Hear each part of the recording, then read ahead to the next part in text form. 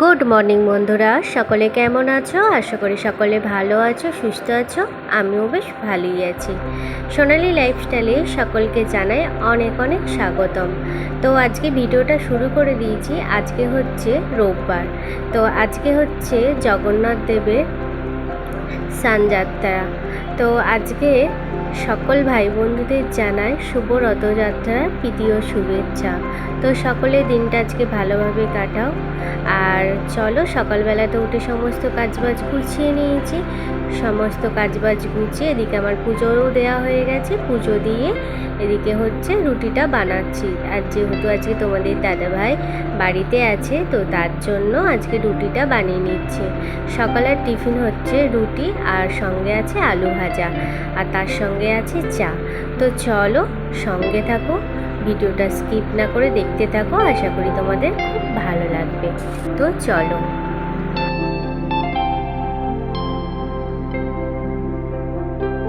আর এদিকে দেখো, তোমাদের দাদাভাই বিছানাটা গুছিয়ে নিচ্ছে।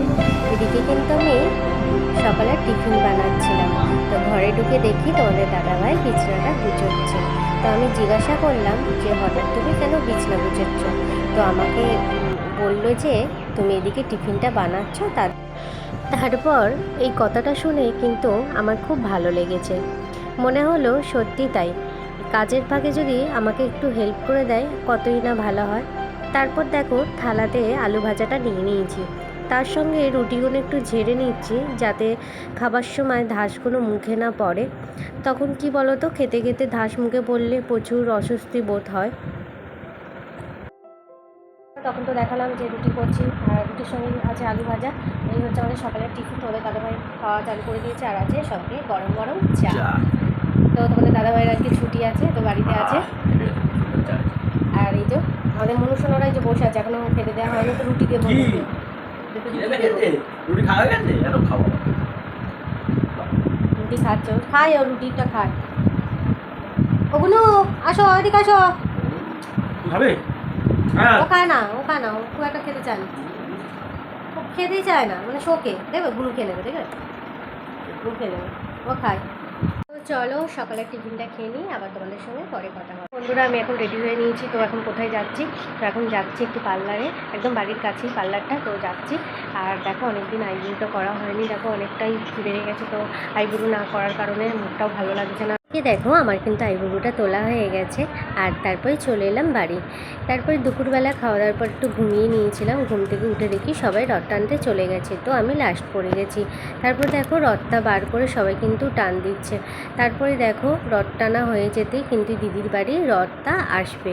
তো দিদির বাড়ি রথটা রাখা হয়, মানে দিদির বাড়িটা হচ্ছে মাসির বাড়ি। তো মাসির বাড়িতে রথটা রাখা হবে।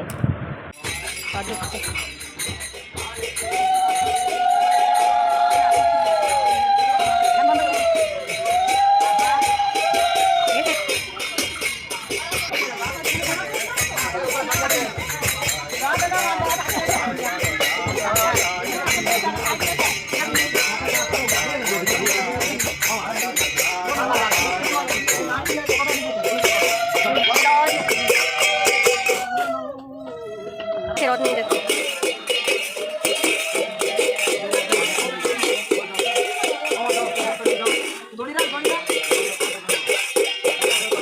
নিয়ে যাচ্ছে।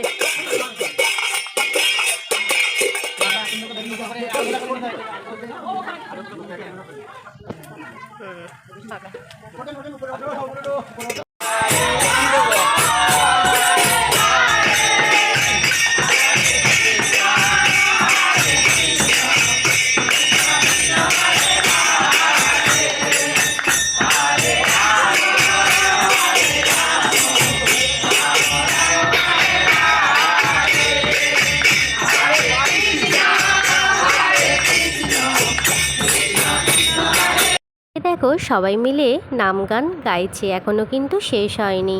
শেষ হতে হতে কিন্তু অনেকটাই সন্ধে হয়ে গেছিলো। আর এই যে রথটা দেখছো, এই রথটা কিন্তু দিদিদের বাড়িতেই প্রত্যেক বছর কিন্তু আসে। আর জগন্নাথ দেবের কিন্তু এটা মাসির বাড়ি। আর এই রথটা কিন্তু প্রত্যেক বছর কিন্তু ছাদেতেই রাখা হয়। আর এইদিকে দেখো বন্ধুরা, এই যে কাঁঠালটা দেখছো, এই কাঁঠালটা কিন্তু আমি কখনো দেখিনি। এই টাইপের কাঁঠাল আমি দেখেছি, কিন্তু এই টাইপের কাঁঠাল আমি কখনো দেখিনি, তার জন্য একটু ভিডিও করে নিলাম। তো আজকের ভিডিওটা কেমন লেগেছে তোমরা কমেন্টে জানিও। আর যারা আমার নতুন বন্ধুরা তারা প্লিজ চ্যানেলটা সাবস্ক্রাইব করে দিও। আর এইভাবেই পাশে থেকো। আজকের মতন টাটা, সবাই ভালো থেকো।